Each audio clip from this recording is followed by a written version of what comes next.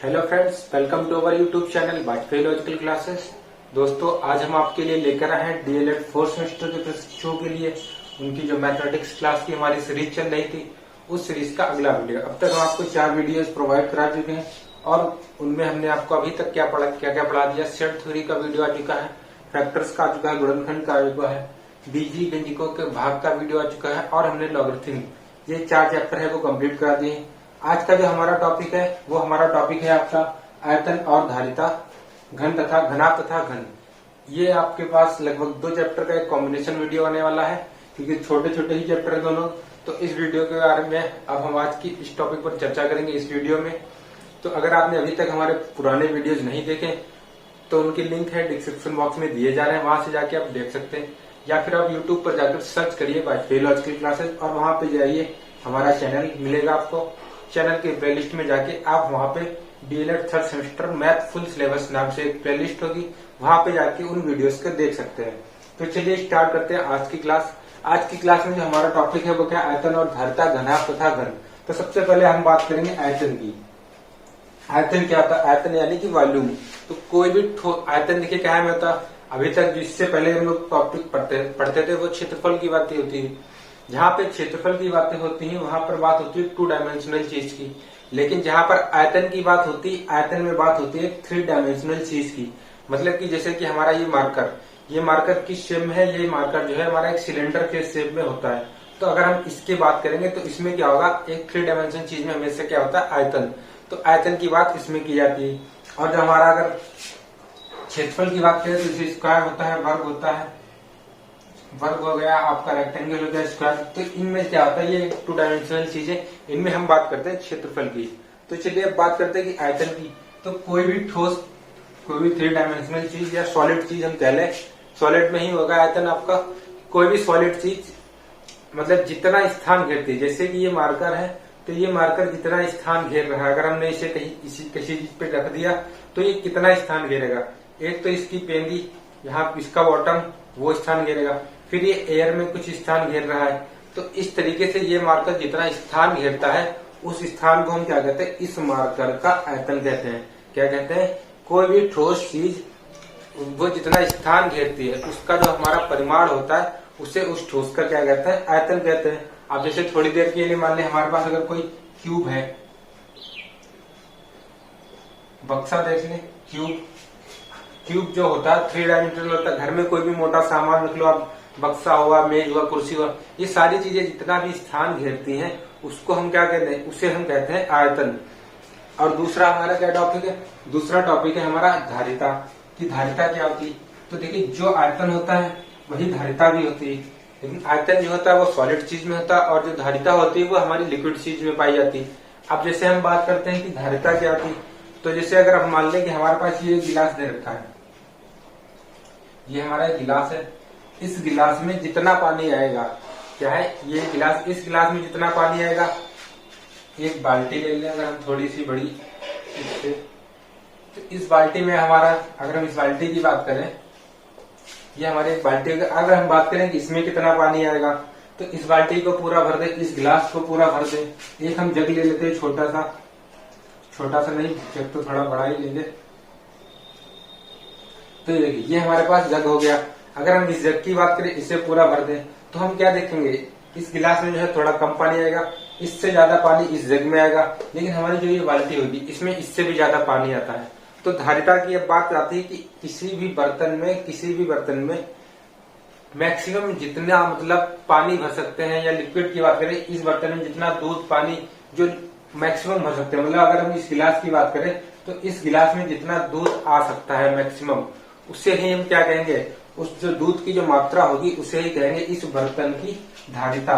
क्या कहेंगे, बर्तन की धारिता क्या कहते हैं, इस धारिता को हम एक तरीके से कैपेसिटी इंग्लिश में कहते हैं, और कैपेसिटी का मतलब क्षमता एक तरीके से। तो इस अगर हम मान लें कि ये हमारा जो गिलास है वो कितना है, 1 लीटर का है, अगर इसकी क्षमता 1 लीटर है तो मतलब हुआ कि इसकी जो धारिता है वो 1 लीटर है। ये जो गिलास है वो 1 लीटर वस्तु को अपने अंदर ले सकता है, 1 लीटर पानी है इसके अंदर रखा जा सकता है। अगर इसकी हम बात करें कि इसकी जो कैपेसिटी है वो कितनी है 2 लीटर। मतलब कि इसकी जो धारिता है 2 लीटर, मतलब इसमें केवल 2 लीटर ही मैक्सिमम पानी या दूध भरा जा सकता है। अगर हम बाल्टी की बात करें तो इसकी मतलब ये 5 लीटर। अगर ये 5 लीटर की बाल्टी है तो इसका मतलब है कि इसमें मैक्सिमम 5 लीटर पानी भरा जा सकता है। तो किसी भी बर्तन में जो मैक्सिमम लिक्विड भरा जा सकता है, या जो ये कह लें कि एक बाल्टी के अंदर एक जो लिक्विड जितना स्थान घेरता है उस स्थान को हम क्या कहते हैं, उसको हम कहते हैं उस बर्तन की धारिता। उम्मीद करते हैं आपको समझ में आ गया होगा। अब हम बात करेंगे इसके बाद इनसे रिलेटेड कुछ क्वेश्चंस की जो एग्जाम में आपके पूछे गए, और उसके बाद फिर हमारा जो टॉपिक होगा मेन टॉपिक, इस पर आएंगे घनाभ तथा घन। जैसे हमारे पास एक क्वेश्चन दे रखा है कि एक दिन 10 सेंटीमीटर वर्षा हुई। एक दिन 10 सेंटीमीटर वर्षा हुई, ठीक है। हमसे कहा गया है कि यदि 70 मीटर लंबी तथा 70 लीटर नहीं 70 मीटर होगा यहाँ पे, 70 मीटर लंबी तथा 44 मीटर चौड़ी, 44 मीटर चौड़ी छत पर गिरे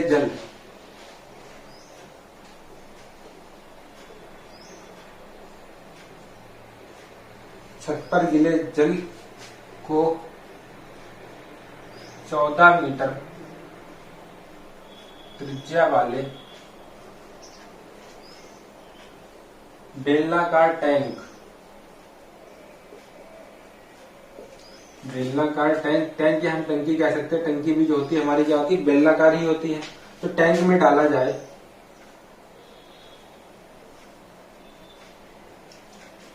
तो टैंक में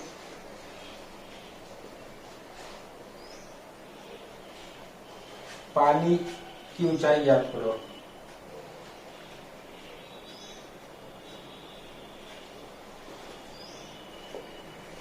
देखिए हमारे पास एक क्वेश्चन दे रखा है, क्या है कि एक दिन 10 सेंटीमीटर वर्षा हुई। 10 सेंटीमीटर वर्षा हुई और वो जो वर्षा का पानी था वो छत पे गिरा। अब देखिए हमारी जो छत होती है वो क्या होती है, एक तरीके से हम मान लें कि छत जो होती है बिल्कुल फ्लैट होती है, और उसमें चूंकि अगर पानी भरा है 10 सेंटीमीटर तो उसका मतलब कहीं ना कहीं उसमें थोड़ी बहुत ऊंचाई भी रही होगी या साइड की दीवारें बने। तो एक तरीके से जो हमारी छत हो गई वो क्या हो जाएगी, आप चौकोर बर्तन मान लें इसे थोड़ा कि चौकोर बर्तन, या मतलब अगर गोल ही है तो आप उसे एक बाउल मान सकते हैं कि एक बाउल हो गया। और हमें क्या दिया गया कि जो हमारी जो, लेकिन यहाँ पे जो छत है उसमें लंबाई और चौड़ाई दे रखी छत की, तो कहीं ना कहीं जो छत है वो हमारी एक चौकोर बर्तन तरीके से हो गई, ठीक है। अब हमसे ये कहा गया है कि आपकी जो छत है वो 70 सेंटीमीटर लंबी तथा 44 सेंटीमीटर चौड़ी है। छत पर गिरे जल को 14 लीटर त्रिज्या। अब इस छत में जो पानी भरा है इसमें कितना पानी भरा है, अब देखिए हमें यहाँ पे कहा गया 10 सेंटीमीटर वर्षा हुई। 10 सेंटीमीटर वर्षा हुई, इसका तात्पर्य ये हुआ कि जो वर्षा हुई ना उसकी ऊंचाई है वो हमारे पास कितनी दे रखी है, वो हमें दे रखी है 10 सेंटीमीटर। मतलब कि जो हमारी छत की लंबाई चौड़ाई थी उसमें ऊंचाई कितनी दे रखी, 10 सेंटीमीटर। इतना पानी, इतनी ऊंचाई तक पानी भर गया, ठीक है। अब उसके बाद हमें दिया कि उस पानी को अगर हम जाए 14 मीटर त्रिज्या वाले बेलनाकार टैंक में डाल दे। अब हमारे पास क्या है, हम उस पानी को स्टोर करते हैं, मान लिया वाटर हार्वेस्टिंग कर रहे हैं और हमारे पास एक टैंक है बेलनाकार। तो ये मान लिया हमारे पास एक टैंक है बेलनाकार, ठीक। इसकी जो त्रिज्या है, इस टैंक की जो त्रिज्या है वो हमारे पास कितनी है, 14 मीटर।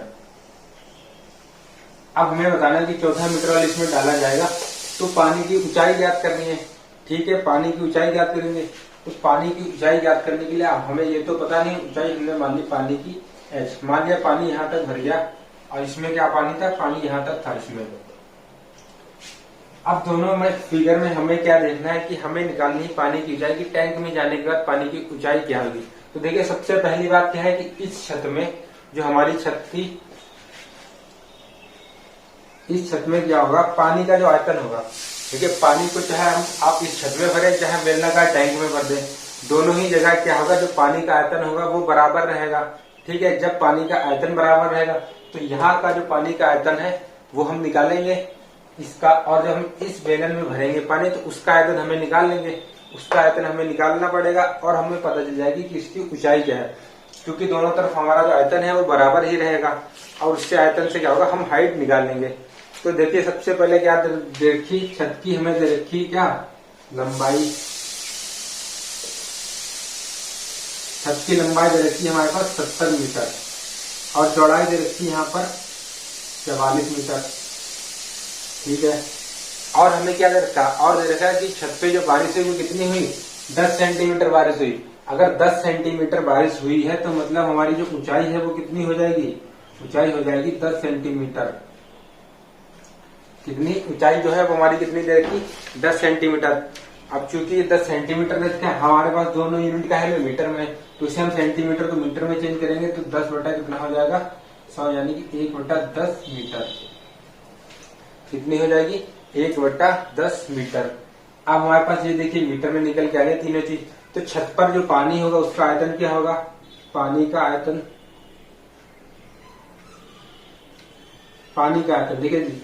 अब ये एक तरीके से हमारे पास एक क्यूबाइड है, क्यूबाइड मतलब घनाभ, और घनाभ का जो आयतन होता है लंबाई गुणे चौड़ाई गुणे ऊंचाई। तो लंबाई गुणे चौड़ाई और गुणे ऊंचाई, ये हमारा आयतन हो गया। अब यहाँ से जब हम आयतन कैलकुलेट करेंगे तो हमारे पास आ जाएगा ये निकल के 308 मीटर क्यूब। कितना निकल के आ गया 308 मीटर क्यूब। अब हमें क्या पता है कि जब हम इस इतने आयतन का पानी इस टंकी में भरेंगे तो हमारे पास ऊंचाई निकालनी है ना। तो ऊंचाई का मतलब क्या है कि अब हम टंकी में पानी का आयतन निकालें, तो टंकी में पानी का आयतन क्या हो जाएगा, ये क्या छत पे पानी का आयतन, छत पर पानी का आयतन ये निकल गया। टंकी में जब हम वही पानी भरेंगे तो पानी का आयतन तो नहीं बदलेगा, क्योंकि पानी जितना था उतना ही रहेगा। तो जब पानी उतना ही रहेगा तो हमारे पास क्या आ जाएगा, टंकी में पानी का आयतन। अब देखिए टंकी जो है वो हमारी क्या है, बेलनाकार है टंकी। तो जब हमारी टंकी बेलनाकार है तो बेलनाकार मतलब बेलन का आयतन, तो बेलन का आयतन हमारे पास होता है πr²h, πr²h होता है। और ये हमारे पास कितना है 308। देखिए क्यों, क्योंकि हमारे पास जो पानी का आयतन है वो दोनों जगह समान है, हमें निकालनी है h, तो इस आयतन के बराबर ये भी हो गया। अब यहाँ से देखिए अगर हम r की बात करें तो हमारे पास r कितना दिया है, r बराबर दिया था 14 मीटर। 14 मीटर हमारे पास r दे रखा है। पाई की वैल्यू हम जानते हैं क्या होती है 22/7 और h हमें निकालना है। तो यहाँ से जब h निकालेंगे तो 308 और नीचे क्या हो जाएगा, नीचे आ जाएगा πr²। ये निकल के आ जाएगा हमारे पास। यहाँ से हम कैलकुलेट कर लेंगे।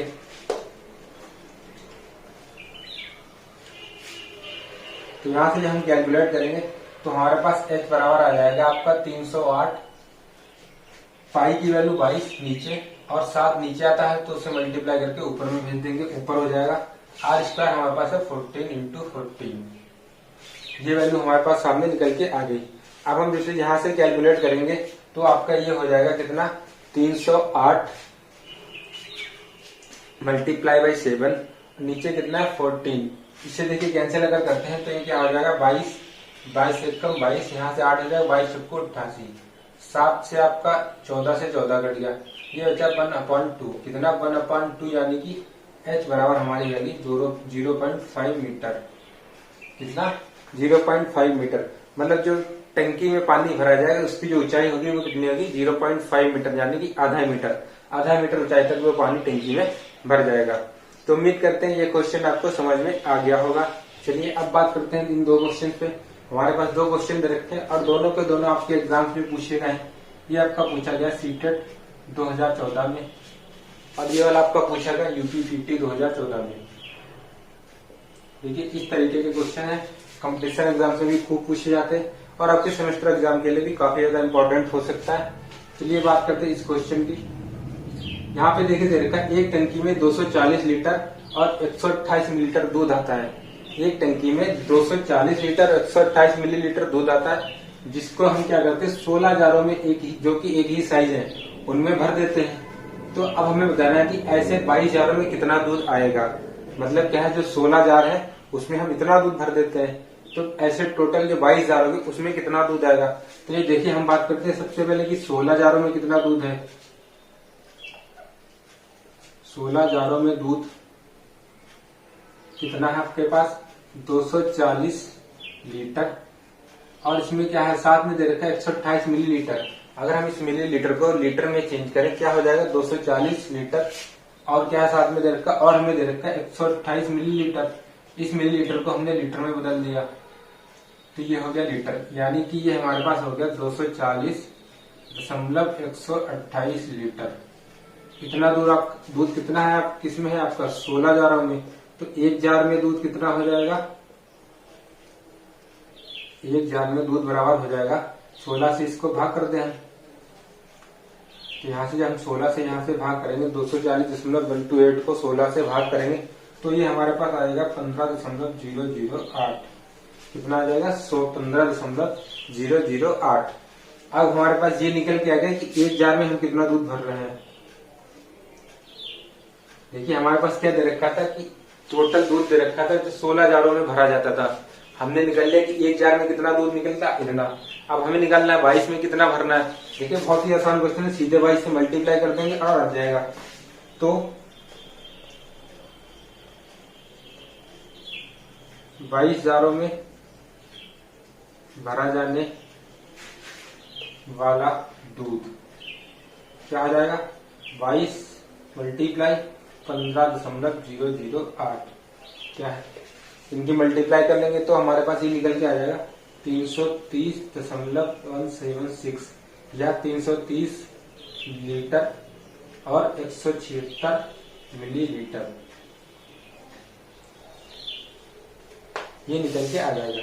ये देखिए क्वेश्चन देखने में काफी ज्यादा आसान होता है और होते भी बहुत ज्यादा आसान है, केवल समझने की देर है कि इसमें पूछा क्या जा रहा है आपसे। अब देखिए ये क्वेश्चन हमसे पूछा गया था यूपीटीईटी 2014 में, बहुत ही आसान क्वेश्चन है, आपके सेमेस्टर में भी आने के इसके पूरे चांसेस है। आयतन और धारिता में इस तरीके के क्वेश्चन काफी ज्यादा पूछे जाते हैं। तो देखिए हमारे पास क्या दे रखा है, एक झील की लंबाई और चौड़ाई क्या दे रखी है, लंबाई और चौड़ाई 40 मीटर लंबाई और हमारे पास चौड़ाई दे रखी है कितनी 10 मीटर। और हमें दे दिया कि इसमें 1200 घन मीटर पानी आता है। अभी हमने आपको क्या बताया था, जब किसी बर्तन में जितना पानी आता है मतलब कि क्या हो जाएगा, वो उस बर्तन का आयतन या उस बर्तन की धारिता हो जाती है। तो हमारे पास क्या दे रखा है कि उसमें 1200 मीटर घन मीटर पानी आता है। ये हमारे पास क्या दे रखा है, ये झील का आयतन या मान ले धारिता कि इसकी कैपेसिटी कितनी है, कितनी है 1200 घन मीटर। और हमसे पूछा है झील की गहराई बताओ। अगर हम इसे बात करें कि अगर हमारी कोई भी झील है इस तरीके की, हमारे पास उसकी लंबाई चौड़ाई आ गई है, गहराई का मतलब है ऊंचाई से, ये चीज या तो गहराई कर ले या हमसे ऊंचाई कर ले, नीचे से कहेंगे तो ऊंचाई, ऊपर से कहेंगे तो गहराई, तो बस वही पे निकालनी मतलब हमें ऊंचाई निकालनी है। तो झील की गहराई क्या हो जाएगी, या झील का हम क्या जानते हैं, आयतन बराबर क्या होगा, आयतन बराबर क्या हो जाएगा आपका लंबाई गुणा चौड़ाई गुणा ऊंचाई, यही तो हो जाएगा आपके पास आयतन। आयतन हमारे पास दे रखा है 1200, लंबाई हमारे पास है 40, चौड़ाई हमारे पास 10 है और ऊंचाई हमने h मान ली। इस 0 से 2 0 कट गए और इस 4 से घटाएंगे तो ये कटेगा 3, तो h बराबर हमारे पास निकल के आ जाएगा यहाँ से 3 मीटर। यानी कि जो h थी वो क्या थी हमारे पास गहराई, तो गहराई बराबर कितना आ गया हमारे पास, गहराई बराबर निकल के आ गया हमारे पास 3 मीटर। यही इस क्वेश्चन में पूछा जा रहा था कि झील की गहराई क्या होगी। हमारे पास जो दे रखी थी बस उन चीजों को समझना होता है इन क्वेश्चंस में कि वो क्या दे रखा है। अगर पानी का आयतन दे रखा, अगर किसी गिलास में जितना पानी आता है इसका मतलब उस गिलास की वो धारिता दे रखी, और धारिता जो होती है वो कहीं ना कहीं एक तरीके से आपका आयतन ही होती है। तो उम्मीद करते हैं आपको यहाँ तक समझ में आ गया होगा। तो अब हम बात करेंगे हमारे नेक्स्ट टॉपिक की, और हमारा जो नेक्स्ट टॉपिक है वो क्या है, घनाभ। घनाभ को हम क्या कहते हैं, क्यूबाइड। तो देखिए घनाभ क्या होता है, घनाभ की जो क्या होती है अभी हमने आपको बताया था 3 डायमेंशनल आकृति के बारे में। तो हमारी जो घनाभ होती है वो भी क्या होती है, एक तरीके से 3 डायमेंशनल आकृति। अब देखिए घनाभ होता क्या है, अगर हमने मान लिया हमारे पास क्या है, ये है हमारे पास एक रेक्टेंगल, क्या है, इसे हमने मान लिया एक आयत हमारे पास है, थोड़ा अच्छा सा बना लेते हैं, ठीक है। ये हमारे पास एक रेक्टेंगल है, या हम कह सकते हैं कागज। आप पेज की बात कर लें, एक कॉपी के पेज की बात करें तो वो भी एक रेक्टेंगल शेप में होता है। तो ये हमारा रेक्टेंगल है। अब हम क्या करते हैं, अब जैसे कॉपी में देखिए क्या होता है, एक पेज होता है, उसके ऊपर दूसरा पेज रखा था, ऐसे तीसरा चौथा, और ऐसे करते करते एक मोटी, इतनी मोटी कॉपी तैयार हो जाती है। मतलब क्या हुआ, हम आयत के ऊपर रेक्टेंगल के ऊपर रेक्टेंगल रखते चले जाएंगे तो धीरे धीरे उस पर क्या होगी, हमें कुछ वृत्त मिल जाएगी, कुछ ऊंचाई भी उसमें मिल जाएगी। तो जब हमें कुछ ऊंचाई मिल जाएगी ना, तो एक 3 डायमेंशनल आकृति बन जाएगी। जैसे हम बुक की बात करें, अगर हमारे पास ये कोई बुक दे रखी है, तो अगर हम ऐसे रखें तो इसमें पन्ने की बात करें, हर पन्ना क्या है, अपने आप में एक रेक्टेंगल है। हर पन्ना जब अपने आप में एक रेक्टेंगल है, तो हमने क्या कर रखा, पन्ने के ऊपर पन्ने ही तो रखे, रेक्टेंगल है। तो देखिए फिर बाद में हमें क्या, एक यहाँ पे थोड़ी सी ऊंचाई भी मिल गई इसमें। इसी प्रकार से अगर हम आयत के ऊपर रेक्टेंगल के ऊपर रेक्टेंगल रखते चले जाएंगे, तो हमारे पास कहीं ना कहीं इस तरीके की शेप बन जाएगी, एक इस तरीके की आकृति। इस आकृति को क्या कहेंगे, यही आकृति हमारे पास हो जाएगी घनाभ, यानी कि क्यूबाइड। अब चूंकि यही आकृति है जो, तो इसमें क्या होगा, अब देखिए कि जब हमने इस आकृति की बात की तो उसमें क्या था, घनक हमारा आयत क्या होता है, उसकी आमने सामने की भुजाएं बराबर होती हैं। बिल्कुल सही बात है। इस कॉपी के जो पेज है उनकी भी जो इधर उधर की आमने सामने की भुजाएं बराबर है और इस साइड की भी भुजाएं बराबर है। तो अब बात करते हैं कि अगर हमारी ये लंबाई चौड़ाई आपस में बराबर है, तो ये जो घनाभ है उसका सबसे नीचे वाला पृष्ठ और सबसे ऊपर वाला फलक, केवल हम उन दो की बात करें तो दोनों आपस में बराबर होंगे, बिल्कुल बराबर होंगे, क्योंकि हमारा क्या है, लंबाई आमने सामने की भुजाएं बराबर थी।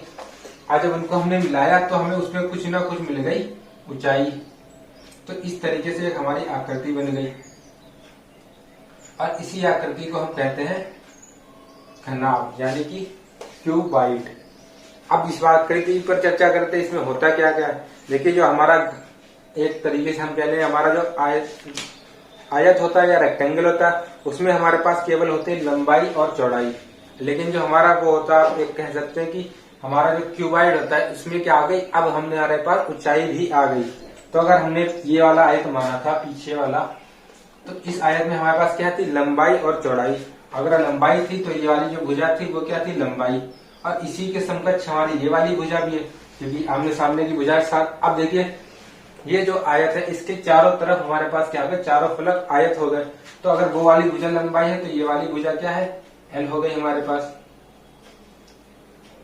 अब चौड़ाई की बात करें, क्योंकि इसका पीछे वाला फलक और सामने वाला फलक ये भी आपस में इक्वल होंगे।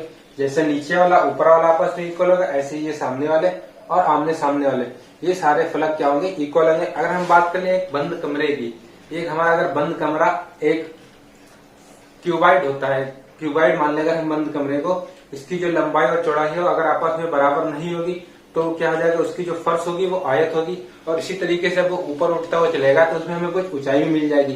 तो इस तरीके से कमरा मिलेगा हमें। तो हमारे पास क्या होगा, कमरे की ये वाली भुजा और इसके जस्ट सामने वाली दीवार दोनों आपस में बराबर होगी। इसी तरीके से इस साइड वाली जो दीवारें होंगी वो भी आपस में बराबर होगी, और नीचे वाली जो फर्श होगी और ऊपर आपकी जो रूफ होगी, छत होगी, वो भी क्या होगी, आपस में बिल्कुल इक्वल होगी। तो इसी तरीके से जो हमारा एल है, ये एल, इसका भी जो एल है वो क्या होगा, आपस में इक्वल होगा, क्योंकि एल है लंबाई। जिस तरीके से सामने सामने की भुजाएं बराबर, अगर सामने की दो चीजें दीवारें आपस में बराबर है तो कहीं ना कहीं उनकी लंबाई चौड़ाई बराबर है, तभी तो वो आपस में बराबर है। क्यों भाई, सीधी सी बात है, हमने क्या किया, लंबाई और चौड़ाई लिया, उसी के हिसाब से हमने बनाया है क्यूब, उसी के ऊपर रख के बनाया है। जब उसी के ऊपर रख के बनाया है तो जिसकी लंबाई चौड़ाई बराबर होगी, आमने सामने की चीजें तभी बराबर होगी जब उनकी लंबाई और चौड़ाई बराबर होगी। तो इस तरीके से एक फलक की जो हमारी लंबाई है वो हमने कितनी मान ली, एल मान ली। और जो हमारी ये वाली चीज है, ये हमारा जो आयत था, इसकी जो ये वाली चीज है ये हमने कितनी मान ली, जो उसकी चौड़ाई थी वो बी मान ली। और ऊंचाई की बात करें तो हमारी ये है एच। एच मतलब कि हमारा ये कमरे का एक तरीके से हम सोच ले कि हमारा जो कमरा होता है उसका एक कोना वो ऊंचाई हो गई आपकी। इधर वाली जो, अगर हम मान लें ये कमरा है हमारा, एक दीवार इधर गई है, एक दीवार इधर गई, ये ऊपर की ले गई, तो जब ऊपर की ले गई तो इधर वाली जो है वो लंबाई हो गई, ये ऊंचाई, ये हो गई आपकी चौड़ाई और ये ऊंचाई। इस तरीके से हमने मान लिया। तो वही चीज हमने यहाँ पे भी मान ली है अपने हिसाब से। अब देखते हैं इसके आगे कि क्या हो सकता है हमारे घनाभ में। अब देखिए घनाभ में कितने पॉइंट हम डिस्कस करेंगे। सबसे पहले हम बात करेंगे कि इस घनाभ का क्या होगा, आयतन क्या होता है। देखिए क्योंकि हमारे पास पहला टॉपिक ही आयतन है, तो इस घनाभ का आयतन क्या होता है। आयतन के बारे में अभी भी आपको बताया था कि कोई भी आकृति जितना स्थान घेरती है वो क्या होता है, उसका आयतन होता है। अब चूंकि हमें आयतन निकालना है, और आयतन कैसे निकालते हैं, आयतन हमें पता है किसी भी आकृति का उसकी होती है लंबाई गुणे चौड़ाई। लेकिन जो हमारे ये वो रेक्टेंगल था, हमारा आयत था, उस आयत की लंबाई और गुणाई, इसका आयतन हम निकालेंगे रेक्टेंगल का, तो क्या होगा, लंबाई गुणा चौड़ाई।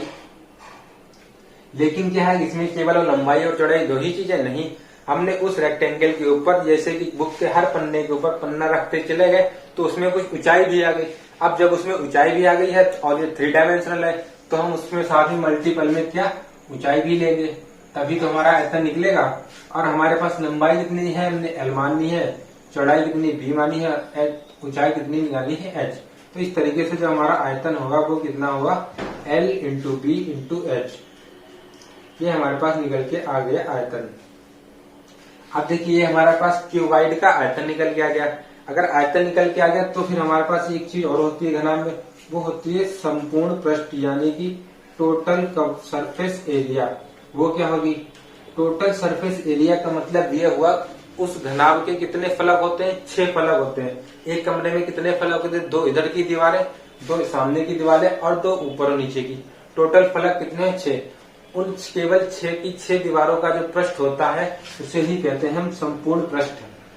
क्या कहते हैं, संपूर्ण पृष्ठ कहते हैं। अगर हम इसकी बात करें, ये हमारा पास एक दे रखा था ए, ये बी, ये सी और डी, ये एक ABCD दे रखा था। क्या दे रखा था, ये हमारे पास एक रेक्टेंगल दे रखा था ABCD।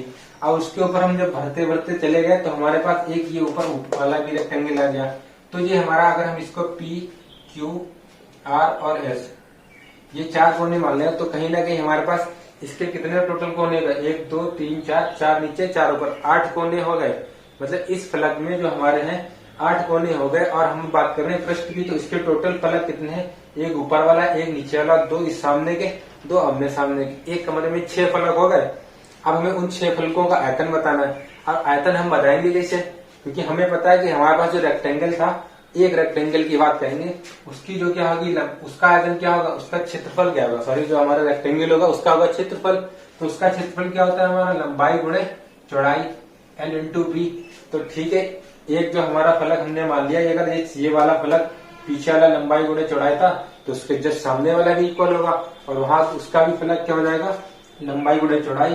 तो हमारे पास जो 2 फलक होंगे उनका जो आयतन होगा वो कितना है, 2L इंटू बी। लेकिन अभी हमारे पास क्या है, हमारे पास कुछ और भी होगा।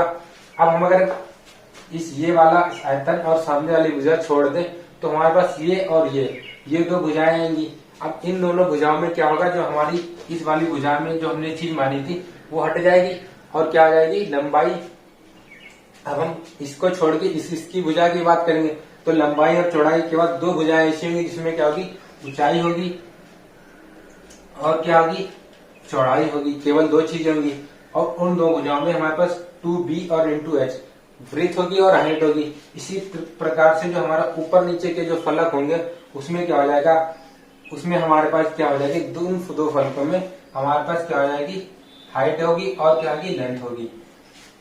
अगर आप इस तरीके इन चीजों को मेजर करें कि एक में लंबाई और चौड़ाई होगी केवल में, एक में क्या होगी, चौड़ाई और ऊंचाई होगी, एक में ऊंचाई और लंबाई, यही 3 चीजें होंगी, तो उसका जो संपूर्ण पृष्ठ निकल के आ जाएगा वो हमारा निकल के आ गया LB plus BH plus HL। ये निकल के आ जाएगा हमारे पास संपूर्ण पृष्ठ किसका, घनाभ का। अगर हम बात करें इस वाले इसकी, अगर हम इसे खोल दें तो हमारे पास फलक क्या होंगे, देख लीजिए। जिससे हमारे पास एक ये रेक्टेंगल था, ठीक है। अब इस रेक्टेंगल के 6 पार्ट थे, एक तो ये हो गया, इसका ऊपर वाला फलक हम ऊपर एक गत्ता से मान लीजिए वो रेक्टेंगल होता है, और गत्ते की सारी भुजाएं खोल दो, तो इस तरीके से जाके ही घुलता है, जाके लगभग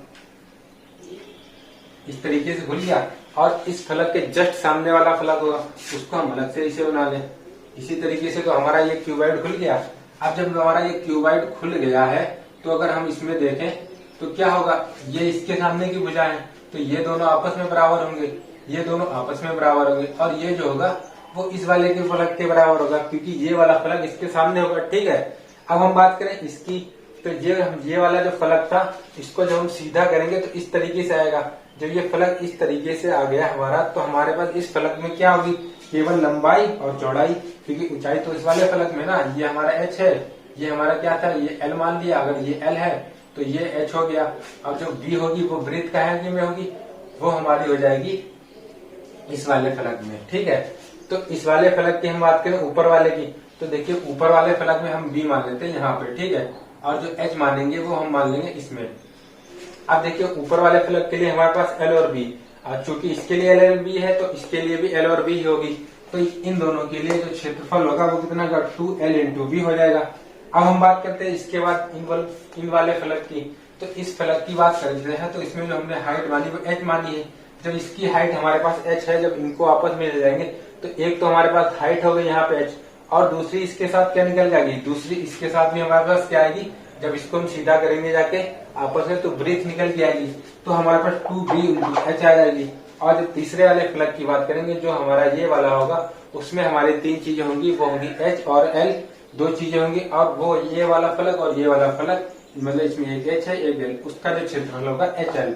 तीनों मतलब जो तीनों फलक है उनके सबके मतलब 6 फलक है, उनके क्षेत्रफल को जोड़ देंगे तो हमारे पास आ जाएगा संपूर्ण पृष्ठ। और हम जब बात करते हैं इसके बाद संपूर्ण पृष्ठ हो गया, तो हम बात करेंगे अब वक्र पृष्ठ की, कि वक्र पृष्ठ क्या होता है। तो वक्र पृष्ठ को यहाँ पे लिख लेते हैं वक्र पृष्ठ।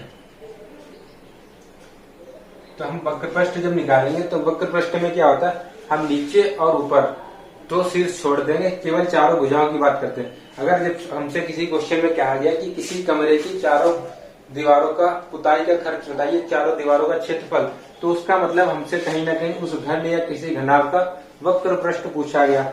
और जब 4 दीवारें होंगी तो आप जानते हैं 4 दीवारों में क्या हो जाएगा, 4 दीवारों में हमारे पास क्या हो जाएगा, अगर हम केवल 4 दीवारों की ही बात कर लें, एक ये सामने वाली, एक ये पीछे वाली, इनकी जब बात करेंगे तो उनका अगर हम क्षेत्रफल निकाल लेंगे तो हमारे पास क्या निकल के आ जाएगा, हमारे पास निकल के आ जाएगा, क्या आ जाएगा, पीछे वाले का जब भुजा की बात करेंगे तो L इंटू B हो जाएगा। और उसके जब सामने वाली एक भुजा होगी उसका भी क्या आ जाएगा, एक ये पीछे वाली भुजा, एक ये सामने वाली, तो इसका तो हो जाएगा L इंटू H। ठीक है, और जो सामने वाली भुजा एक और होगी इसी के सामने, उसका भी हो जाएगा L इंटू H। ठीक है, अब हमारे पास क्या है, अब हमारे पास जो दूसरी वाली भुजा थी आमने सामने इन वाली भुजाओं का, जब इसका निकालेंगे तो हमारे पास क्या आ जाएगा, हमारे पास आ जाएगा L के बाद B इंटू H। H दोनों में ही कॉमन लेगा, फिर प्लस हो जाएगा B इंटू H। और यहाँ से देखो अगर हम सब में कॉमन लें तो यहाँ पे 2L हो जाएगा, इंटू H होगा, प्लस 2 हो जाएगा। अब देखिए टोटल में यहाँ से क्या आ जाएगा, 2H into L plus 2B into H। अगर हम यहाँ से बात कर लें कॉमन की, तो यहाँ से 2 कॉमन निकलेगा, 2 कॉमन निकलेगा और H कॉमन निकाल लें, तो H कॉमन निकाल लेंगे तो हमारे पास L इंटू B जो है, L प्लस B जो है, और साइड में मल्टीपल में H। तो ये हमारे पास क्या आ गया, ये हमारे पास आ गया वक्र पृष्ठ। वक्र पृष्ठ का फार्मूला क्या आ जाएगा, 2L plus B into H। ये हो गया आपका घनाभ का क्या हो जाएगा, वक्र पृष्ठ। अब इसके बाद हम एक चीज की और डिस्कस करेंगे, घनाभ का विकर्ण क्या होगा। ये जो घनाभ हमने बनाया है इसका विकर्ण क्या होगा।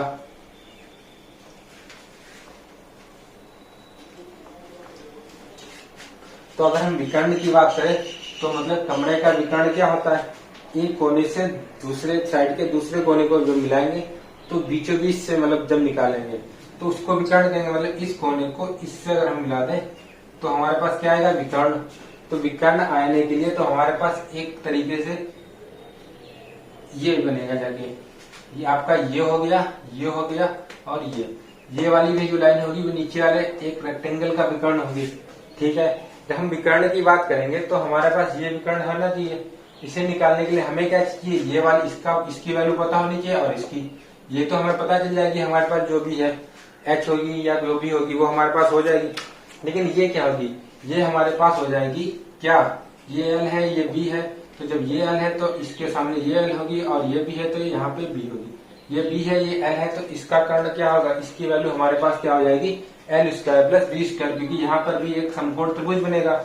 तो यहाँ पे जो इसकी वैल्यू होगी, ये हमारे पास क्या था, हमने माना था PQRS, तो S और B इसकी वैल्यू हमारे पास कितनी हो जाएगी, L square plus B square. और हमारे पास क्या है BC, तो BC हमारे पास क्या आ जाएगी, यहाँ से एल स्क्वायर बी स्क्वायर तो वो हो गया, ठीक है। और बीसी हमारे पास क्या हो जाएगी, बीसी हमारे पास होगी एच स्क्वायर, क्योंकि ये क्या है, ये तो ऊंचाई ही चल रही सारी, ये भी ऊंचाई होगी, ये भी ऊंचाई, ये ऊंचाई, ठीक है। अब हम बात करेंगे, हमें एस और सी निकालना था, तो एस और सी क्या होगा, एस और सी का स्क्वायर बराबर हो जाएगा हमारे पास एस बी का स्क्वायर प्लस बी और सी का स्क्वायर, क्योंकि देखिए यहां से एक हमारा त्रिभुज बनेगा एस सी और सी के बाद नीचे बी से, और एस और बी था वो भी एक तरीके से किसी हमारा जो रेक्टेंगल दे रखा है उसका क्या है, विकर्ण, तो ये चीज हमारे पास निकल के आएगी। और एस और सी हमारे पास क्या आ जाएगा, एस और सी हमको उसको तो हम कहेंगे विकर्ण, और एस और बी की जगह पास हमारे पास क्या आएगा, L square plus B square, और बी सी स्क्वायर की जगह आ जाएगा हमारे पास एच स्क्वायर। तो विकर्ण का स्क्वायर ये है, तो विकर्ण हमारे पास अंडर रूट में आ जाएगा L square plus B square plus H square, ये हो जाएगा हमारे पास, विकर्ण निकल के आ जाएगा। तो उम्मीद करते हैं आपको घनाभ के बारे में चीजें समझ में आ गई होंगी। इसके बाद हम बात करेंगे घन की, घन में क्या होता है। तो देखिए घनाभ में हमारे पास एल और बी और एच तीनों चीजें अलग अलग हुआ करती थी, लेकिन घन में क्या हो जाएगा, सारी की सारी चीजें एक ही होंगी।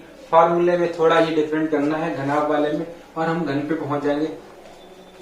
तो चलिए अब हम बात करते हैं घनाभ की।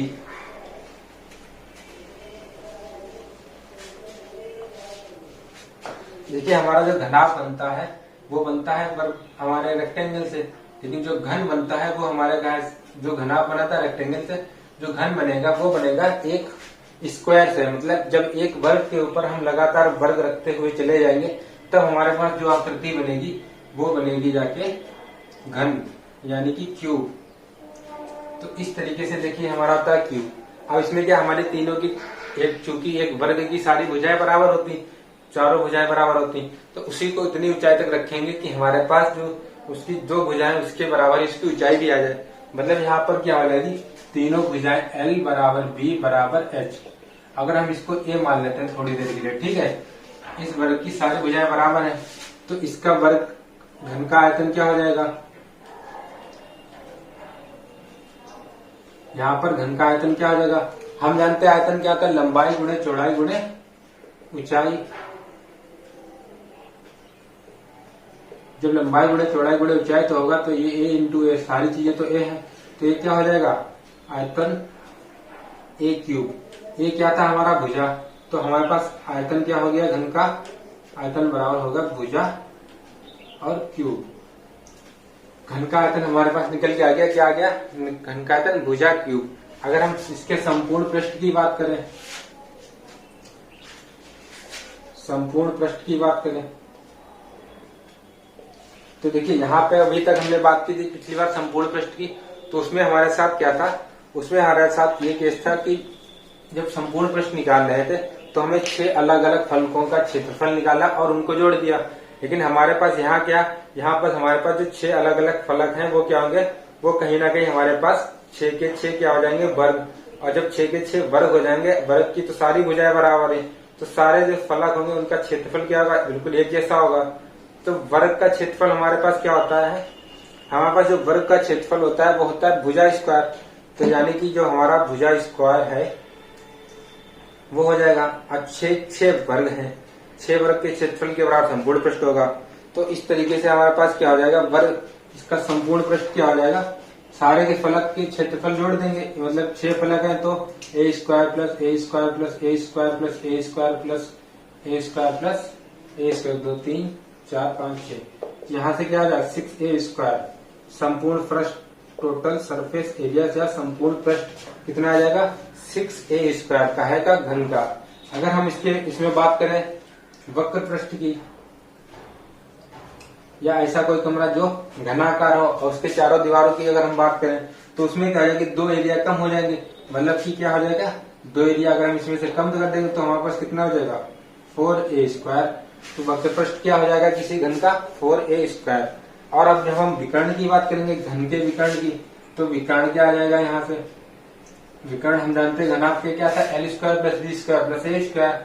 यहाँ पे सब तो ए ही है, सारी भुजा तो आपस में बराबर है, तो क्या होगा अंडर रूट 3 ए स्क्वायर। जब अंडर रूट 3 है तो क्या होगा, रूट 3 होगा, और एक ए बाहर निकल के आ गया, तो रूट 3a ये निकल के आ जाएगा हमारे पास घन का क्षेत्र, सॉरी विकर्ण।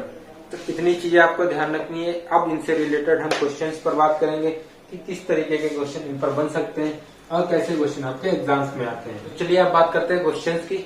हमारे पास देखिए क्वेश्चन दे रखा है, क्या है, चाक के उस डिब्बे का पृष्ठीय क्षेत्रफल ज्ञात कीजिए। चाक के उस डिब्बे का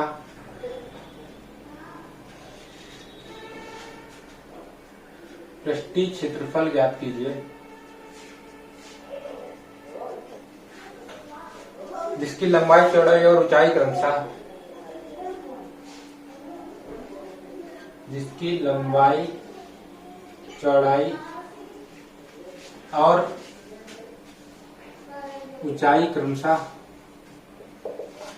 हमारे पास दे रखी 16 सेंटीमीटर, 8 सेंटीमीटर और 6 सेंटीमीटर। क्या है, हमारे पास एक चाक का डिब्बा दे रखा है। देखिए चाक का डिब्बा जो होता है वो हमारे पास क्या होता है, एक घनाभ के तरीके का होता है। हमें दे रखा है कि उस चाक के डिब्बे की लंबाई, चौड़ाई और ऊंचाई 16, 8 और 6 सेंटीमीटर दे रखी। हमें निकालना है इसका पृष्ठीय क्षेत्रफल। पृष्ठीय क्षेत्रफल मतलब उसका जो चारों जो 6 फलक होंगे उनका हमें क्षेत्रफल निकालना है। तो देखिए हमारे पास क्या दे रखा है, यहाँ पे हमारे पास L दे रखा है 16 सेंटीमीटर, B दे रखा 8 सेंटीमीटर और C दे रखा है हमारे पास 6 सेंटीमीटर। ठीक है, LB और H, सॉरी यहाँ पे H दे रखा है हमारे पास 6 सेंटीमीटर। हम क्या जानते हैं, पृष्ठीय क्षेत्रफल क्या होता है, पृष्ठीय क्षेत्रफल यानी कि संपूर्ण क्षेत्रफल। तो वो क्या होता है हमारे पास 2LB plus BH plus HL। यही अभी हमने फॉर्मूला निकाला था। 2L और इंटू B, L और B क्या दे रखा है हमारे पास 8, B कितना है 8 और H कितना है हमारे पास 6 और यहाँ से 6 इंटू L कितना है 16। इन सबको अगर मल्टीप्लाई करके ऐड करेंगे तो क्या आ जाएगा, 16 और 8 की मल्टीप्लाई करेंगे कितना आ जाएगा, 128 आ जाएगा। 8 और 6 की करेंगे 48 और 16 और 6 की करेंगे तो 96। अब हम जब इनका सबको जोड़ देंगे, तो जब इनका जोड़ेंगे तो हमारे पास आ जाएगा ये 2 गुणे 272, 8 8 16, 6 22, 9 4 13, 13 2 15, 2 17, 1 और 2 यानी कि 272। आज जब इसकी मल्टीप्लाई कर देंगे तो आ जाएगा हमारे पास 544 वर्ग सेंटीमीटर। तो जो हमारा पृष्ठीय क्षेत्रफल आया है वो कितना निकल के आ गया, आयतन कितना। बाई चांस इसी क्वेश्चन में हमसे पूछ दे कि आपका पृष्ठीय क्षेत्रफल के साथ साथ आयतन भी बताइए, तो हम आयतन कैसे निकालते हैं। आयतन हमारे पास क्या हो जाता है, आयतन में हम जानते हैं इनकी सीधे सीधे कर देते हैं मल्टीप्लाई। तो क्या आएगा 6 इंटू 8 इंटू 16, क्या है 16, 8 और 6, हमारे पास 8 6 48 हो जाता है। 16 से मल्टीप्लाई करते तो 16 8 128, 16 चौक 64 और 12 कितना हो जाता है आपके पास 76। ये कितना आ जाता है, ये आपका आ जाता है घन सेंटीमीटर, सेंटीमीटर क्यूब। ये हमारे पास क्या निकल के आ जाता, ये हमारे पास निकल के आ जाता है आयतन। अब इसी के अलावा अगर हमसे पूछ लेते कि इसका हमें विकर्ण भी बता दीजिए, इसी क्वेश्चन का अगर हम विकर्ण पूछ लें तो विकर्ण क्या आता है, विकर्ण होता है हमारे पास √L² plus B² plus H²। अगर हमसे विकर्ण पूछते थे तो हम ये भी निकाल देते, इस फार्मूले में वैल्यूज पुट कर देते और हमारे साथ विकर्ण भी निकल के जाता। और क्या पूछ सकते थे, वो पूछ सकते थे पृष्ठीय क्षेत्रफल के अलावा इसका वक्र पृष्ठ।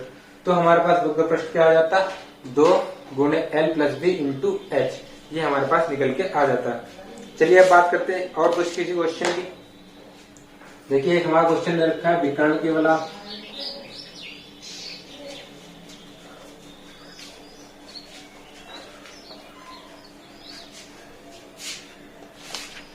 हमारे पास एक क्वेश्चन दे रखा है, एक घनाभ की कोण क्रमशः 5, 4 व 3 सेंटीमीटर है। एक घनाभ की कोण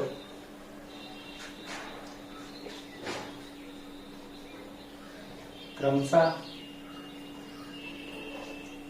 5, 4 व 3 सेंटीमीटर है, विकर्ण ज्ञात करो।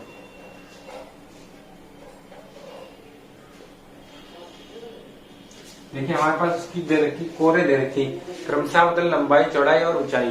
क्या दे रखा है हमारे पास, लंबाई, चौड़ाई और ऊंचाई। L बराबर हमारे पास 5 दे रखा है, B बराबर दे रखा है 4 और H बराबर दे रखा है 3 सेंटीमीटर। हमसे क्या पूछा, विकर्ण ज्ञात करना। देखिए चलो विकर्ण निकाल देते हैं। विकर्ण क्या जानते हैं, हम जानते हैं विकर्ण का फार्मूला क्या होता है, √L² plus B² plus H²। निकाल देंगे यहाँ से। L² कितना होगा 5 का स्क्वायर, B² कितना है 4 का स्क्वायर और H² कितना है 3 का स्क्वायर। तो यहाँ से क्या आ जाएगा 25, 16 और 9। ये हमारे पास निकल गया √50। और √50 का मतलब होता है, हम इससे अगर बाहर निकालेंगे तो यहाँ से आएगा 5√2 सेंटीमीटर। ये हमारे पास निकल के आ गया आपका विकर्ण। तो देखिए जो आपके घन और घनाभ इस तरीके के जो भी क्वेश्चन होते हैं, सिंपल फार्मूला बेस्ड क्वेश्चन होते हैं। आप बस फार्मूला डालिए, आंसर निकालिए। बस आपको फार्मूला सही से ध्यान होना चाहिए कि आपसे पूछा क्या जा रहा है। चलिए देखिए हमारे पास एक क्वेश्चन और दे रखा है इसी तरीके का। उस घन का आयतन ज्ञात कीजिए जिसकी लंबाई, चौड़ाई और ऊंचाई क्रमशः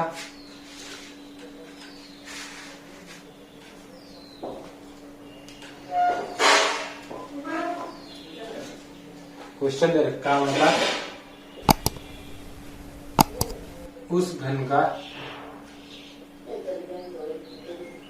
आयतन ज्ञात करो जिसकी लंबाई, चौड़ाई और चौड़ाई, जिसकी लंबाई, चौड़ाई व ऊंचाई दे रखी है। कितनी क्रमशः दे रखी है हमारे पास 0.7 मीटर, 0.5 मीटर और 0.9 मीटर ये दे रखी है। हमें निकालना है इसका आयतन।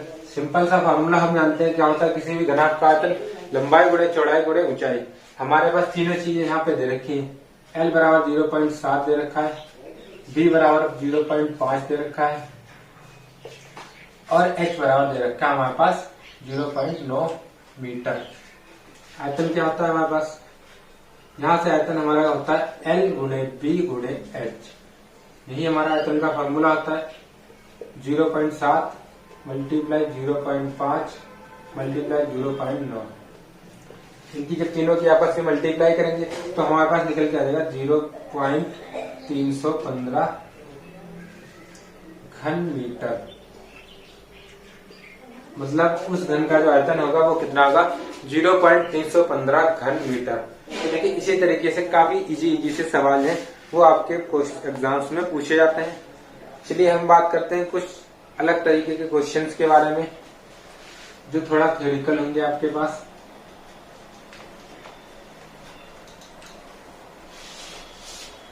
हमारे पास देखिए क्वेश्चन रखा है, एक कमरा 11 मीटर लंबा और 8 मीटर, एक कमरा 11 मीटर लंबा 8 मीटर चौड़ा और दे रखा है 5 मीटर ऊंचा और दे रखा है 5 मीटर ऊंचा है। ठीक है, क्या है, एक कमरा दे रखा है 11 मीटर लंबा, 8 मीटर चौड़ा और 5 मीटर ऊंचा। इसकी दीवारों और फर्श का कुल पृष्ठीय क्षेत्रफल, इसकी दीवारों तथा फर्श का कुल पृष्ठीय क्षेत्रफल बताओ। मतलब हमें कुल पृष्ठीय क्षेत्रफल पहले दीवारों का बताना है और फर्शों का बताना है और उसके बाद किसका बताना है, उसके बाद हम कुल पृष्ठीय क्षेत्रफल निकाल लेंगे। देखिए इस क्वेश्चन में हमारे पास सबसे पहले क्या पूछा, लंबाई चौड़ाई ऊंचाई। पहले हम नोट कर लेते हैं। हमारे पास L बराबर दे रखा है 10 मीटर, B बराबर दे रखा है 8 मीटर और क्या दे रखा है, H बराबर दे रखा है 5 मीटर। अब हमसे पूछा गया कि इसके दीवारों तथा फर्श का कुल पृष्ठीय क्षेत्रफल, तो कैसे निकालेंगे। एक तो हमें कुल पृष्ठीय क्षेत्रफल पता है, ठीक है, लेकिन हम दोनों का अलग अलग निकालेंगे। तो दीवारों का क्षेत्रफल क्या हो जाएगा, दीवारों का क्षेत्रफल का मतलब हो गया कि उसकी चारों दीवारों का वक्र पृष्ठ, मतलब कि उस घनाभ का वक्र पृष्ठ, और वो हमारे पास क्या होता है, वो होता है हमारे पास L plus B into H, L plus B into H. L कितना दे रखा है हमारे पास, यहाँ से एल दे रखा है 10 मीटर, बी दे रखा है 8 और एच दे रखा है 5। तो ये आपके पास हो जाएगा 10 और 8 18, 18 गुणे 5।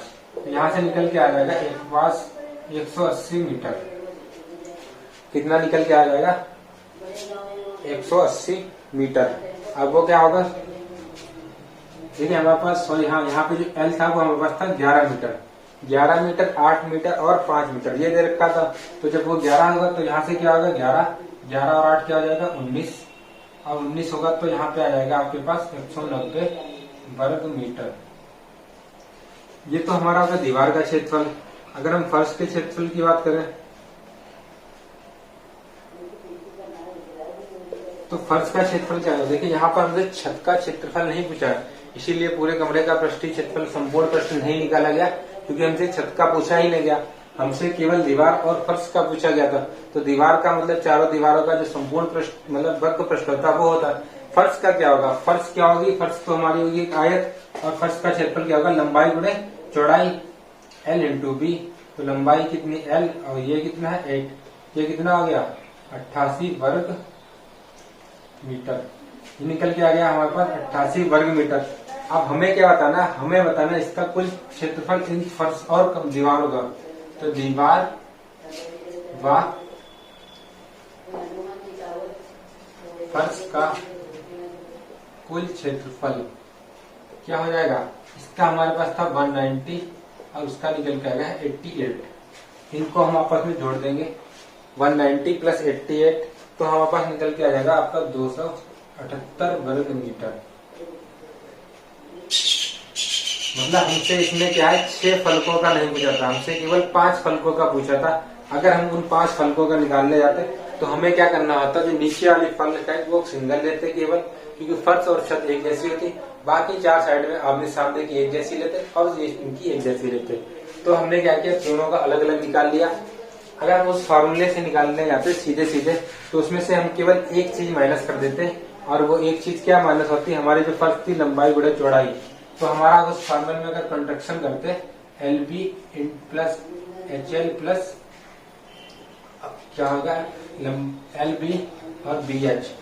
इस चीज में हमें क्या करना पड़ता, हमारे पास एक जो फर्श था उसका हम अपन कर देते, मतलब कि एक माइनस कर देते एल इंटू बी, और तब जो हमारा संपूर्ण पृष्ठ था उससे हमारा ये वाला निकल के आ जाता है।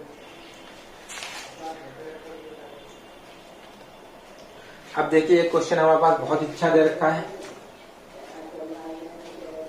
कि जब हमारे पास कुछ क्वेश्चन ऐसे दे रखेंगे कि एक हमारे पास बहुत बड़ा सा घन दे रखा है या घनाभ दे रखा है, फिर वो हमसे बता देंगे एक छोटी सी माप बता देंगे और कह देंगे इस माप के कितने, इस क्षेत्रफल में कितने घन बनाए जा सकते हैं।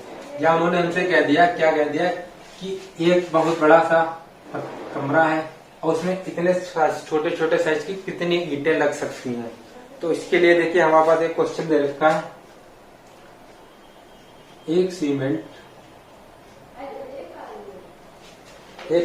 की ईंट की बीमाई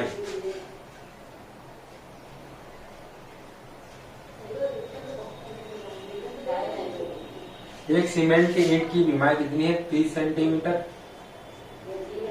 15 सेंटीमीटर और 8 सेंटीमीटर है। क्या है, एक सीमेंट है, सीमेंट की ईंट जो आती है उसकी बात करी गई, उसकी बीमाई मतलब कि लंबाई चौड़ाई और ऊंचाई ये हमारे पास दे रखी है 30 सेंटीमीटर, 15 सेंटीमीटर और 8 सेंटीमीटर। अब कहा गया एक चबूतरा, देखिए जैसा हमने बताया उसी तरीके का क्वेश्चन है, एक चबूतरा 3 मीटर कमा मल्टीप्लाई 1.5 मीटर और क्या करना है साथ में 0.4 मीटर। नाप का बनाने के लिए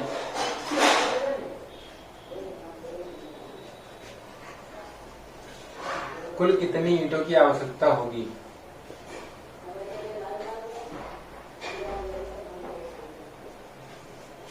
कुल कितनी ईंटों की आवश्यकता होगी। तो देखिए हमने क्या बताया था, हमें बड़ी सी चीज का आयतन दे रखा, फिर उससे पूछेंगे इस चीज में छोटी से छोटी इतनी चीजें कितनी संख्या में लगेंगी। हमारे पास दे रखी एक ईंट की जो लंबाई चौड़ाई ऊंचाई कितनी है, इतनी दे रखी। हमें इतना बड़ा चबूतरा बनाना है तो इसके लिए कितनी ईंटों की संख्या लगेगी।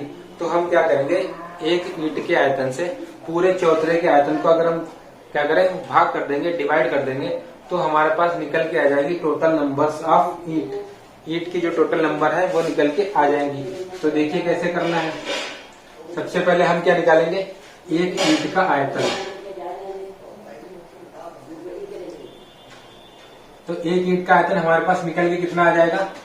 हम आयतन जानते हैं, एक घनाभ के आयतन लंबाई गुणे चौड़ाई गुणे ऊंचाई, तो 30 गुणे 15 गुणे 8, ये निकल के आ गया। यहाँ से हमारे पास आयतन निकल के आ जाएगा, एक ईंट का आ जाएगा 3600 घन सेंटीमीटर। अब हम बात करेंगे किसकी, चबूतरे के आयतन के।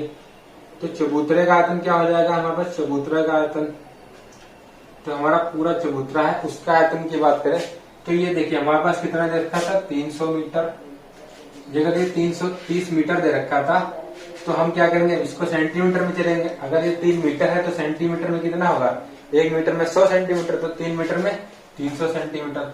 क्यों किया, क्योंकि ऊपर वाली चीज हमें सेंटीमीटर में निकाल रखी है पहले से ही। 1.5 मीटर का मतलब हो गया आपका 150 मीटर, 150 सेंटीमीटर। क्या 1.5 मीटर है, उसमें 100 से मल्टीप्लाई 150, और 0.4 का मतलब हो गया आपका 40 सेंटीमीटर। तो अब इनकी हम मल्टीप्लाई करेंगे, 15 3 45, 45 और चक्कू हो जाएगा 180। तो इसका जो आ जाएगा 180, ये 1 2 3 4 जीरो हो। तो यहाँ से हमारे पास कितना निकल के आ गया, 1 2 3 2 5 4 1 5, ये घन सेंटीमीटर निकल के आ गया चबूतरे का आयतन। ठीक है। अब देखिए ये आयतन छोटा है, ये बड़ा है, तो बड़े आयतन से जब छोटा आयतन निकाल हम भाग कर देंगे तो क्या हो जाएगी, हमारी ईंटों की संख्या निकल के आएगी। तो ईंटों की संख्या देखिए यहाँ से क्या आएगी,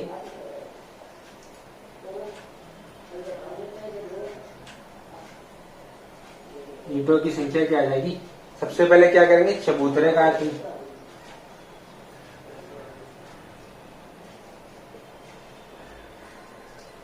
और उसको डिवाइड कर देंगे किससे, एक ईंट के आयतन से।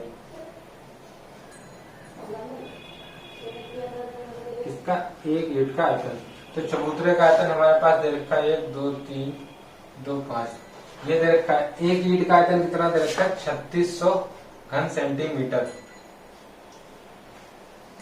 कितना दे रखा है। अब जब इसे डिवाइड करेंगे तो हमारे पास क्या आ जाएगा, 2 जीरो से 2 जीरो काट देंगे, और ये काटेंगे तो 36 पंचे 180, और यहाँ से ये 2 जीरो बढ़ गए, तो हमारे पास आ जाएगा 500 निकल के आएगा। तो जो 500 है वो क्या होगी, ईंटों की संख्या। मतलब हमारे पास इस साइज की अगर हम 500 ईंटें लगाएंगे तो हमारे पास इतना बड़ा चबूतरा तैयार हो जाएगा। ठीक है। तो उम्मीद करते हैं आपको ये क्वेश्चन समझ में आ गया होगा। अब देखिए, अब हमारे पास एक क्वेश्चन दे रखा है, वो आपका सीटेट में पूछा जा चुका है। क्या है वो, सीटेट में पूछा गया है आपसे, और उसमें क्या है, जो हमारे पास भुजाएं हैं वो भुजा नहीं बल्कि एक अनुपात दे रखा है भुजाओं के बीच, और हमें उन अनुपात से निकाल के उसके पृष्ठीय क्षेत्रफल और सारी चीजों का निकालना है। तो ये देखिए हमारे पास एक क्वेश्चन दे रखा है, किसी घनाभ के 3 संलग्न फलकों की भुजाएं 7:10:14 के अनुपात में है। यदि घनाभ का आयतन हमारे पास इतना है, 350 सेंटीमीटर दे रखा है, तो सबसे लंबी भुजा ज्ञात कीजिए। ये क्वेश्चन देखिए आपका ये पूछा जा चुका है सीटेट 2016। सीटेट 2016 में ये क्वेश्चन आपका पूछा गया है। देखिए बहुत ही आसान होता है इस तरीके के क्वेश्चन। हमारे पास भुजाओं में अनुपात दे रखा है 7:10:14। तो हम क्या कर सकते हैं, माना भुजा बराबर क्या आ जाएगी, हमने एक भुजा मान ली 7x, दूसरी मान ली 10x कामा और 14x। हमारे पास 3 भुजा दे रखी, ठीक है। अब हमें क्या देगा कि घनाभ का आयतन, घनाभ का आयतन हमारे पास दे रखा है क्या,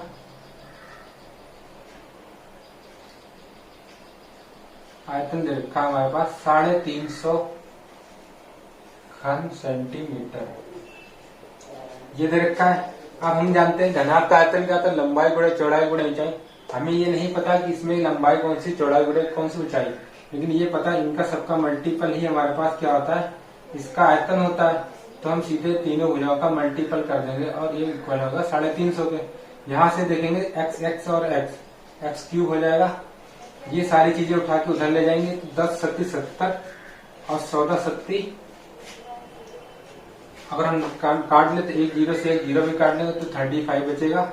अब यहाँ से 14 और 7, 14 और 7 की जब मल्टीप्लाई करेंगे तो हमारे पास हो जाएगा 14 पंचे 70, 14 सत्ती 98, ये बचेगा। तो यहाँ से हमारे पास जो x की वैल्यू आएगी, एक्स क्यूब बराबर हमारे पास ये आ जाएगा।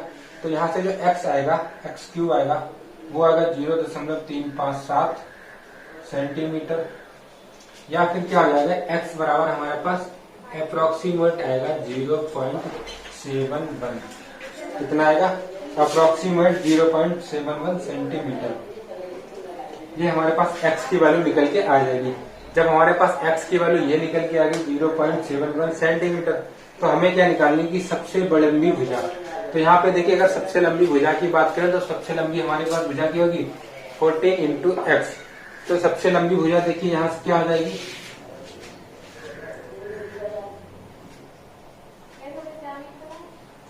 सबसे लंबी भुजा बराबर, तो हमारे पास सबसे लंबी जो भुजा होगी यहाँ पे वो क्या आएगी 14 इंटू 0.71 ये हो जाएगी। तब इनकी हमारे पास मल्टीप्लाई हो जाएगी तो हमारे पास अप्रोक्सीमेट क्या हो जाएगी, इसकी मल्टीप्लाई होने के बाद 10 सेंटीमीटर। ये हमारे, क्योंकि हमारे पास 71 था वो अप्रोक्सीमेट था, तो ये जो सबसे लंबी भुजा हो जाएगी वो भी हमारे पास कितनी हो जाएगी अप्रोक्सीमेट 10 सेंटीमीटर। तो उम्मीद करते हैं आपको ये क्वेश्चन समझ में आ गया होगा। अब चलिए हम बात कर लेते हैं एक दो और आसान क्वेश्चन की जो एग्जाम्स में आपसे पूछे गए, और उसके बाद इस वीडियो को हम करेंगे यहीं पे एंड। तो देखिए आपके जो एग्जाम्स में है वो काफी इजी क्वेश्चन पूछे जाते हैं। ये क्वेश्चन देखिए सीटेड लेवल में पूछे गया था। इस तरीके के क्वेश्चन आपके पेपर में जो क्वेश्चन आएंगे वो इतने टफ नहीं आने वाले हैं। पेपर में किस तरीके के क्वेश्चन आते हैं उन पर हम बात कर लेते हैं। देखिए हमारे पास एक क्वेश्चन दे रखा है 8 मीटर लंबी 3.5 मीटर ऊंची, क्या है 8 मीटर लंबी और 3.5 मीटर ऊंची तथा 20 सेंटीमीटर मोटी दीवार का आयतन निकालना है। क्या है क्वेश्चन, 8 मीटर लंबी 2.5 मीटर 3.5 मीटर ऊंची व 20 सेंटीमीटर मोटी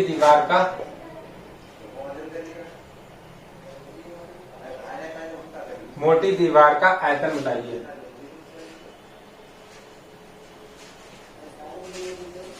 क्या है हमारे पास दे रखी 8 मीटर लंबी 3.5 मीटर ऊंची और 20 सेंटीमीटर मोटी दीवार, और उसका हमें बताना है आयतन।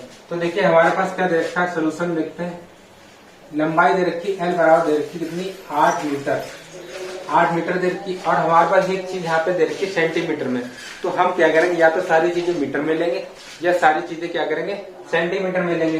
तो अगर ये हमारे पास लंबाई एल मीटर में दे रखी है, बी बराबर दे रखी 3.5 मीटर, तो हमारे पास यहाँ से जो क्या आ जाएगी एच बराबर हमारे पास दे रखी थी 3 और जो ब्रीथ है वो 20 सेंटीमीटर है। इसे हम मीटर में चेंज करेंगे तो क्या आ जाएगी 20/100 मीटर। ये हमारे पास आ गई। हमें निकालना है दीवार का आयतन। तो दीवार का आयतन क्या हो जाएगा, दीवार का आयतन हमारे पास हो जाएगा लंबाई गुणे चौड़ाई गुणे ऊंचाई। तो लंबाई गुणे चौड़ाई और ऊंचाई, ये हो गया हमारे पास दीवार का आयतन। ये 0 से 0 कैंसिल, एक यहाँ से बढ़ाएंगे तो नीचे एक 0 बढ़ जाएगा। तो यहाँ से देखिए हमारे पास क्या आ जाएगा, ये 2 है, ये 10 है, ये 100, नीचे 100 है, ऊपर कितना है 2 है। अगर हम यहाँ से काटे तो क्या आ जाएगा 5 से 5 दूना 10, 5 7 25, इस 2 से ये 2 कट गया। अब हमारे पास ऊपर क्या है 8 गुणे 7 और नीचे कितना बचा 10।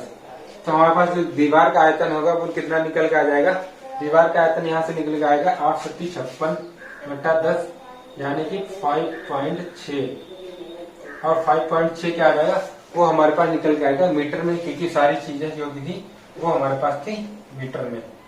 तो देखिए उम्मीद करते हैं इस तरीके का क्वेश्चन आपको समझ में आ गया होगा, और इसी तरीके के एग्जाम क्वेश्चन है वो आपके एग्जाम से पूछे जा रहे हैं। अगर आपको सारे क्वेश्चन समझ में आ गए हैं, अगर नहीं आए तो एक बार वीडियो को फिर से देख लिए। इस तरीके के सारे क्वेश्चन आपके एग्जाम में आते हैं, और इस चैप्टर में अगर जो मेन कॉन्सेप्ट है वो आपका फार्मूले पर बेस्ड है, और फार्मूले को हमने आपको अच्छी तरीके से बता दिया किस तरीके से फार्मूले निकाले जाते हैं। अगर आपको हमारा वीडियो पसंद आया है प्लीज वीडियो को लाइक करें, शेयर करें, चैनल को सब्सक्राइब करें और साथ ही जो आपका नोटिफिकेशन वाला बेल आइकॉन होता है उसे ऑल पर सेट कर लें, जिससे आने वाला हर वीडियो का अपडेट आपको टाइमली मिलता रहे। क्योंकि आपको बहुत ही जल्दी हमारे जो 3rd सेमेस्टर की सीरीज चल रही कंप्लीट करवा दी जाएगी आपके एग्जाम से पहले। तो वीडियो में लास्ट तक बने रहने के लिए बहुत बहुत धन्यवाद।